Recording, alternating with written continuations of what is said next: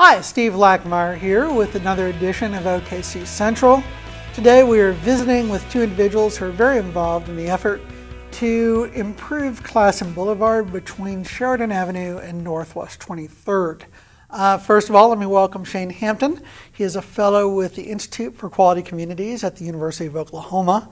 And we also have Jonathan Dodson, who is coordinating citizen advocacy efforts for this effort called A Better Classen. Thanks for joining me. Thank you, Steve. Jonathan, this kind of started with you strolling along Classen Boulevard one day. Let's talk about that. Yeah, you wouldn't call it strolling. Usually it's a dead sprint across the 6 lanes in the median, and we raced across and made it. And as we made it, we ended up in an unnamed parking lot right across the street from our house. And we were promptly chastised by the security guard who said we were on private property and we needed to leave quickly. And so it was that incident with my wife and 4 kids that we realized we should probably try to do something to fix both access east-west across Classen and north-south. So that was on a Saturday when there was really no cars in that parking lot. There were definitely no cars in the parking lot. So. Talk about the conditions, either of you, along Classen as they exist right now. Well, I think whenever we started involving more people who live in the neighborhood and who use Classen every day, or who walk or bike across Classen every day, we found that a lot of people were having the same experience as John and his family, that it was difficult and felt unsafe and uncomfortable to cross the street or to be on the street. And you had your first meeting, I believe, in January. Yes. Talk about the turnout for that, and also talk about Councilwoman Meg Salyer's involvement. She's been a huge fan of this from the very beginning. I met with her originally just to see if she would help and assist, and she called this a top priority for her, and really helped get behind it, including helping the city help fund part of the project along with ULI. And so I kind of went into this thinking, man, if we could get 50 people who care about Classen to show up, we're going to have made a difference. And I think our first event had over 150 to 175 people show up to really hear kind of the history of Classen and what we were trying to do. And then there was a charrette process that was involved with that as well. So today the A Better Classen met and talk about some of the ideas that are being discussed as we move forward. So really what we wanted to focus on first was crossing Classen. So we're just sharing ideas for how to make the key crossings. We're hearing 18th Street is a place where a lot of people cross between neighborhoods and destinations like Classen School of Advanced Studies or the Plaza District, and back to the other side to a place like Mesta Park. And there were just small interventions that could be made with small investments that could help make those crossings safer. Talk about the idea for doing temporary little islands and curb cutouts and better markings along that street.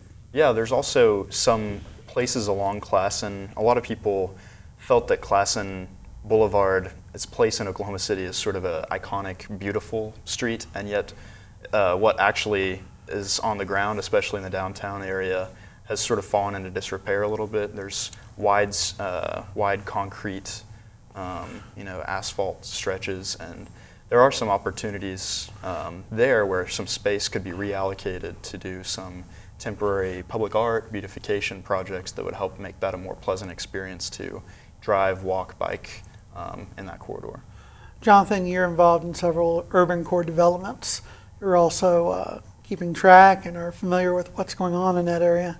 What kind of growth are we about to see in that Classen corridor between Sheridan Avenue and Northwest 23rd? Well, I think when you're thinking about it from a development standpoint, there is development that occur despite return in a given time period. So it's just maybe it's a benevolent developer who really likes an area and they're not worried about cash flow or anything. They're going to go do it. But for people like myself, there needs to be some sort of return to make the numbers work. And so what we found is that Classen and west side of downtown is very attractive because one, you can find value properties, but there's also so much upside. There's so much going on. You look at 21C, you look at the incredible development that the Hall family and Andy Burnett and Mark Befford are doing right there, and Zach Martin. So to have that on the west side really opens up some opportunity. And then you think south, and you think of what's going to happen with Wheeler and Farmers Market, which is your favorite place. I think that is definitely a place that if we can figure out how to really make the boulevard fit in with Farmers Market, which I think we're going to do, I think that the Farmers Market's going to take off. And so there's just a lot of activity that a lot of people haven't seen, but I think over the next 24 months it's going to explode with development. So Classen's ripe for some absolutely. changes to fit in with what's coming. Absolutely.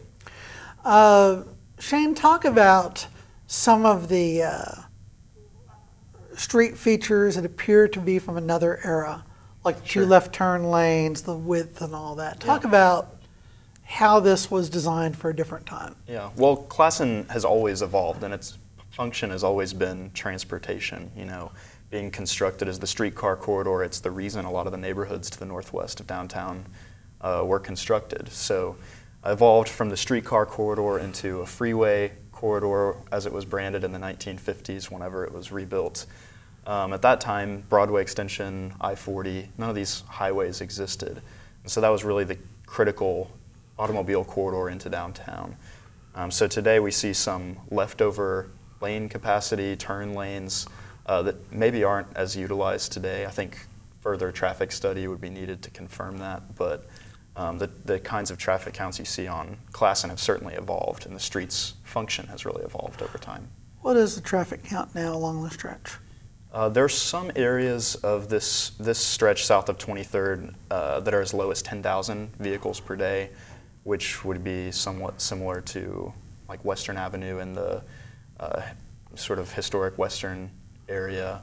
But then a little bit further north, close to 23rd, it goes up to about 25,000 vehicles per day. So it's a big variety of traffic counts. You're also looking at some variables in the future too, aren't you, in terms of public transit and in terms of the boulevard connection? Sure, yeah, Classen will become a direct access route to I-40 once the new boulevard is constructed.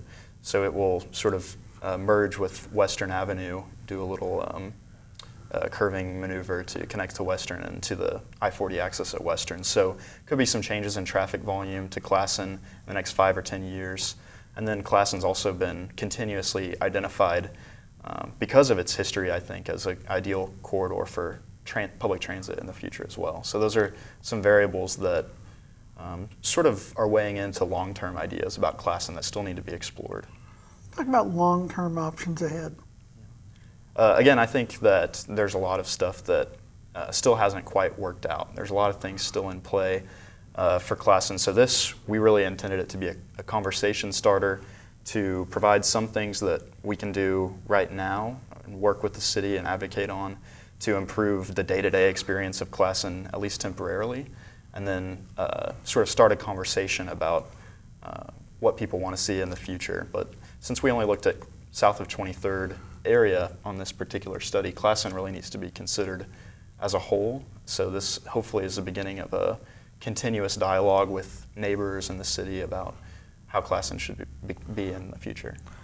Classen has this great, the fact that it's over 100 feet wide, it provides the context to do a lot of different things. And so when we talk about, even when we talk about our low cost of living in Oklahoma City, a lot of times what we don't think about is that we are a car-dependent community, and an average car for a family, usually it costs about $8,000 a year. And so if you tack $8,000 on to the cost of living, it starts to change the dynamic, especially for a family. Maybe it's a single parent family, or it's someone like that who maybe only makes $30,000, $35,000 a year, and so to pay an extra $8,000 a year just to be able to get around really changes that variable of low cost of living. And so what we've hoped is that we can find a way to make a street that is already in place to have the width and capacity to do, whether it's bus rapid transit, to do potentially, there's talk of streetcar, bike lanes, those things can all fit there, but we've got to find a street that we can start so that these families who are struggling to get from spot to spot actually have a place that they can move north and south and east and west. Classen's a good experimental Yes. opportunity. Yes. Yeah, I think it will just, as it has evolved in the past, it will continue to evolve as a transportation corridor, and I think the next trend in transportation is towards multimodal Yes. options. So that would be a street that offers multiple ways to get around. All right. Thank you very much for joining me. To follow more coverage of downtown, Classen, and the urban core, you can read my stories in the Oklahoman, on News OK, and on my blog at OKC Central. Thank you. Thanks, Steve. Thanks, Steve.